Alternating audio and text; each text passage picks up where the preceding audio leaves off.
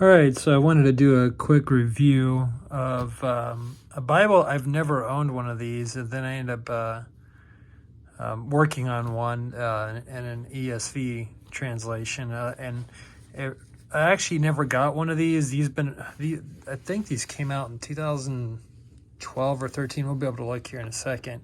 But I was looking at ESV edition of it, and it really, just the size of it, the feel of it. I really like small Bibles that are thick, thick small Bibles. But this is, an extremely small Bible as far as the footprint of it. And I'm waiting for my new, I got a way better gold foil hot stamp machine coming in. Those things are very expensive, just crazy. In fact, another Bible binder told me, he said, be prepared to spend $2 to $5K, and he wasn't kidding. So that's because there's a lot of things I can't finish, some projects I can't finish till that comes in, and hopefully it'll be next week that comes in. We're finishing up all the details because I had added some things to the order, added some other accessories just to do everything okay, just to make sure I have everything I need for properly stamping some Bibles. Here's an example. This thing, I think you saw a video of me doing this one or one just like it, because I've done two of these now. This is an NIV thin line, and I have some leather overlays I skived down, but and then I still have to trim them so they're completely nice and square and everything, but I haven't been able to stamp anything. So I got a couple of covers laying around that are done.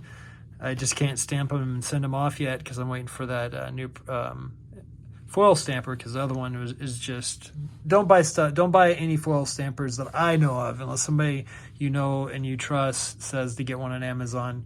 If you're gonna buy a foil stamper, go to Howard Printing, I believe it is. Howard Imprinting or Howard Printing. I think it's Howard Imprinting. I'm not sure. You can Google that. They sell very nice machines, and they're very good as far as their customer service. But reason for the video, let's look at this real quick. Okay, so I wanted to go with a calfskin because I'm a Cambridge calfskin fan. I don't believe this is the Mariva, although somebody can correct me. I've seen well, no, I can't say I've seen very many of these. I've seen the ESV, then I saw one years ago at Calvary Chapel in Albuquerque. But it just feels a little bit different. It just feels like you can move that leather. It doesn't feel like Mariva. And it has more grain to it. And I'll just show you what I mean. If I show you this backside, you can see that grain, and it doesn't feel like it's ironed out like a Mariva calfskin does. But correct me if I'm wrong. It's just that's not what I've seen on the ones that I've been able to look at. But I was looking at the ESV one, and I realized just that layout. This thing is, it's not much. It's not talked about much anymore, and I really don't know why. You can see I have my window open, and there's page curl. Now, if I close my window, this page, by the way, this page curl will go, if you use your Bible a lot, that page curl will go away, because a lot of the moisture from your hands will get on there, and it kind of will fix that. But I've noticed if I have my diffuser on, it's humidifier diffuser, and I have my window closed, it doesn't do it at all. So it definitely has to do something with humidity. Anyways, I was looking at this, and just with, I think, over 95,000 references. Well, let's go over the box real quick. I'm kind of doing this on the fly. I wasn't even planning on doing a review, but it just, this thing really struck me as a really nice Bible, and it kind of was talked about for a long time because I believe it was the first Bible that was ever line matched. And after about a year or two, it just kind of went off the scene. I never saw any reviews about it or anybody talking about it. But so I'm doing the NASB new 2020 edition because it's new to me. So yeah, it's a little bit of clickbait, but just to kind of get people to watch it that way, it kind of brings back people to the Clarion, because this is a fantastic Bible. Let's see, I want to say that it's an 8.75 is what it said when I was ordering. It doesn't show in the box as far as the font, but it literally reads like you're reading like a 10.5, 11. Some people have even said 12. I wouldn't go that high, but it reads like it reads like an 11-point font. It really does. It just has really good spacing. The typeface that they did, I don't know if it's different for the other one. The ESV looked a little bit different, so I'm thinking the typeface is maybe different for the NASB than it was for the ESV, but that could be just that could have been me. I don't know. It looks a little bit nicer in the NASB edition. But one thing that I love about this Bible, I mean, it's brand new, guys. This is brand new. I've looked through it and I've read through it a little bit, but I haven't used it that much because, like I said, it's new. But is that when you buy a Clarion, right, when you get it, you know, you might want to increase down, of course, the thicker paper. But what's awesome about these Bibles, and I've seen it with the ESV that I worked on, did a liner change on, and I plan on doing a liner change on this one too, but not right away. Of course, that might change. I'll probably get antsy and put a liner change in, but we'll see. Is right out of the gate, you got a Bible that lays flat. I mean, of course, if you want to be able to read it without it seemingly going in the gutter. It's not that bad in person. The camera angle's probably what makes it look worse. But I mean, yeah, right out of the gate, these things lay so nice. And it's such a thick Bible, and it's so small. Let's see, you know what? I have a Pit Minion. Let me see if I'm able to, I won't be able to grab it. It's almost the same footprint as a Pit Minion, but you got this large font. Maybe I'll do a comparison video later, which would help you. But if I was to lay a Pit Minion on top, it would only be maybe like less than a 1/4 inch, less in length and less than a 1/4 inch in width, probably somewhere around there. So the Pit Minion is just slightly smaller as a overall footprint, but this thing is pretty thick, which I like thick small Bibles. I do. I like them. Definitely gonna change out these ribbons though. Now some people have said they don't like the ribbons that come with these, and I don't think anybody's really gonna, if you're a ribbon person, are really gonna love the ribbons that come with these or the Pit. They're really not aesthetically pleasing, and really that's not the reason why they use them.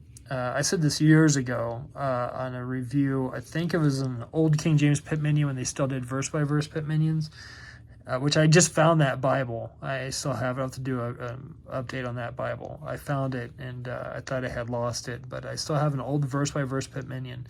But the reason why they are thin like this is so they don't leave an imprint on the paper. Because when Cambridge puts out a Bible, I'm sure that they do thousands upon, I would say thousands upon thousands, and I could be wrong, but I would say Cambridge does a larger load of Bibles than somebody such as like Schuyler or something like that.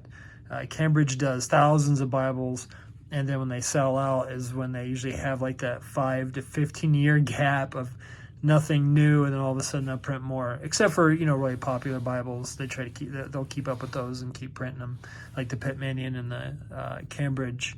The Cambridge is my favorite Bible back in the day. The Cambridge, not the Cameo, but I can't think of the name. Cambridge Concord, just the regular size, not the smaller size, not the wide margin, which the wide margin's great, is another one of my favorites, still have one, but the regular size Concord was just one of my favorites, loved it. So what they do, since these are going to most likely be on shelves or in storage somewhere for a long time, they're pretty smart. I mean, they've been doing Bibles and books longer than anybody I know of. They're the oldest Bible publisher, I believe. I believe they're the oldest since the 1500s. I mean, they printed the Geneva Bible and stuff.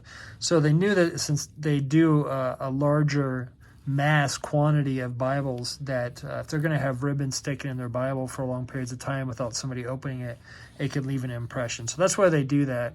Now that people are really wanting these Beresford ribbons, they are putting Beresfords like in their new turquoise, and then they have the ESV topaz, which I'm not really interested in the topaz yet until it comes out in the New American Standard, because I tried using the ESV. I love it. Don't get me wrong, I love it. It's just I got so used to the NASB. It's become my favorite translation and my main translation that I use. So So yeah, I'm talking a lot, but I want, there's very good consistency, at least in this one. Oh, let's look at the print date on this, because I think this is actually still what they have left from the first time they printed the NASB edition of the Clarion, because I don't see any.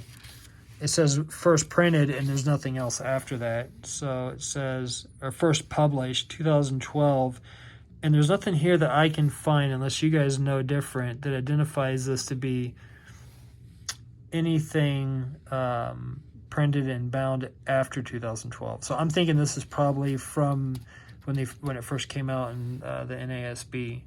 But some people had said they saw some spottiness to their art guild. Actually, I think it was just one person. So, and I think it was on a different translation, so it could have been a later printing. I'm not sure. But on this one, this 2012 NASB, as you can see, there's no spottiness to it at all. This is probably one of the best salmon under gold, or technically salmon, but they call it red under gold. It's a nice salmon color under gold I've ever seen on any Bible. And that definitely is probably not going to be the same with all of them. I was just fortunate and blessed enough to get one of those, and absolutely love it. I mean, this Bible, it's got this layout, it's like you're reading this rectangle, perfect size to carry around. It's not too thin. It doesn't feel like has a good sturdy feel to it, but yet it's loose where it lays flat. No matter where you're reading from, it's black letter. You don't have to worry about inconsistencies in the text. Because of red letter editions, you kind of get the inconsistency that you'll notice a lot more than just a black letter edition. But this is just great. I mean, I couldn't ask for anything more. I mean, I'd say, yeah, give me more margin space. But if I'm going to do any notes in this, I'd just put them down here and maybe a little bit at the top, and just abbreviated notes or symbols. But I wouldn't want any more margin, because I wouldn't want it. It's just the shape of this opened up. A lot of people, I always say a lot. One other person I was watching do a review on this said that he said the same thing. It's like this 16 by 9. His brother Randy from Bible Buying Guide. It just draws you in to read it. It's just a great reader, but it also has all the good cross references. I think it's 92,000. That's what I was saying earlier, and I got off track like always. It doesn't say. I think it's like 92,000 plus cross references, and then it's got the translator's notes in here. So you got everything you want in NASB is right here, unless you're looking for something with wider margins. But it's just a wonderful Bible. Let me go ahead and finish this up. I know I talk and I hit rabbit trails every time, and I tell myself don't do it, and I always do, but that's just who I am. So you have a really good concordance right after. So you see pages are still together. Tell it's new when it's hard to turn the pages. It's actually not hard, it's just since it's new, some of these pages are still kind of being held together by that gilding. You don't have no blank pages in between the Concordance and Revelation, I will say that. So you really don't have any pages for notes unless you use the cardstock, which is very minimal on both sides. But you do have a good concordance. I really like this concordance. Now, I'm thinking it's the same concordance that's in the NASB Lockman, which I don't have one nearby, but I think it is the same one. So you're going to have a pretty good concordance. It's not bad at all. Very good concordance. And then after that, you're going to have your map index, which I actually like these. Some people will probably get on to me about this, but I actually like these maps better than their new ones. I like the map index and the color coding. I don't know. I just like the lighter colors and the way it's done. I kind of like these maps better than the newer maps I've seen in the turquoise, Cambridge turquoise. But yeah, I think you have 14 or 15 maps. Let's see here. 15 maps. And like I said, you don't have much cardstock. So if you wanted to put some notes, you could. But really, you know what? For a Bible this size, get you a nice little journal. Get you a journal that you like. Have me bind it in some leather. And then, no, I'm not going to put a sales pitch on here. But no, get you a nice journal and just, find one that fits these dimensions or something close to it. Skylar makes great journals. I think Allen still makes journals. Get one in brown and you'll put your notes in there and carry it with you, because it's not a big Bible, so you can have your journal and your Bible together. But I just wanted to kind of re-release the Clarion, because I didn't think I'd ever like this Bible, and that's why I never had gotten one. And then after I saw one and did the liner change on it, I was really blown away by how much it just draws you into reading the Bible. So got one in my favorite translation, and that's the NASB, so I'm happy with it. So NASB 2020 edition for me anyways. So yeah, hopefully this will get people thinking about the Clarion again, and get some more Clarions out to people. So that'd be good. Well, until next time, guys, good day. God bless.